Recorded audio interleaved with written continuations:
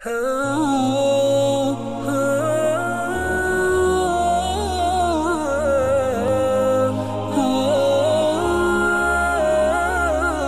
ادب دعا کا یہ ہے کہ دعا کوشش کیجیے کہ تنہائی میں کریں۔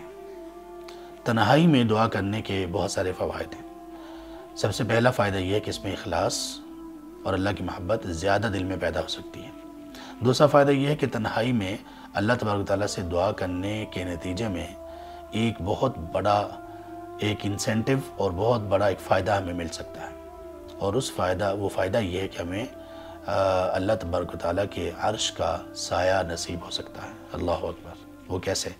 وہ ایسے کہ آپ صلی اللہ علیہ وسلم نے فرمایا، صحیح بخاری اور صحیح مسلم یہ حدیث ہے، سبعۃ یظلھم اللہ فی ظلہ یوم لا ظل الا ظلہ، 7 قسم کے لوگ ایسے ہیں کہ جن کو اللہ تعالیٰ قیامت کے دن اپنے عرش کا سایہ نصیب کریں گے، جس دن کوئی اور سایہ نہیں ہوگا۔ اس میں 6 قسم کے وہ لوگ ہیں کہ جن کی نیکی کا تعلق، یعنی ان تمام 6 کے 6 لوگوں میں کوئی خاص بات ہے جس کی وجہ سے ان کو عرش کا سایہ ملے گا، تو ان کی نیکی کا اس خاص بات کا تعلق لوگوں کے ساتھ ہے۔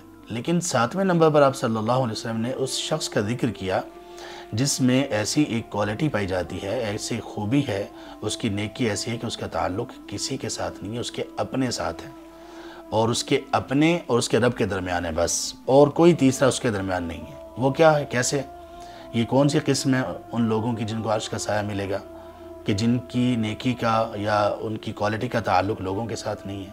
وہ یہ ہے، آپ نے فرمایا رجل ذکر اللہ خالیا، وہ شخص مرد ہو یا خاتون جس نے اللہ کو تنہائی میں پکارا، ففاضت عیناہ، اور اس پکار میں، اس ذکر میں، اس دعا میں اس بندے کی آنکھیں چھلک پڑیں، اس کی آنکھیں بہہ پڑیں، وہ رونے لگ گیا، اس کی آنکھوں میں آنسو آ گئے۔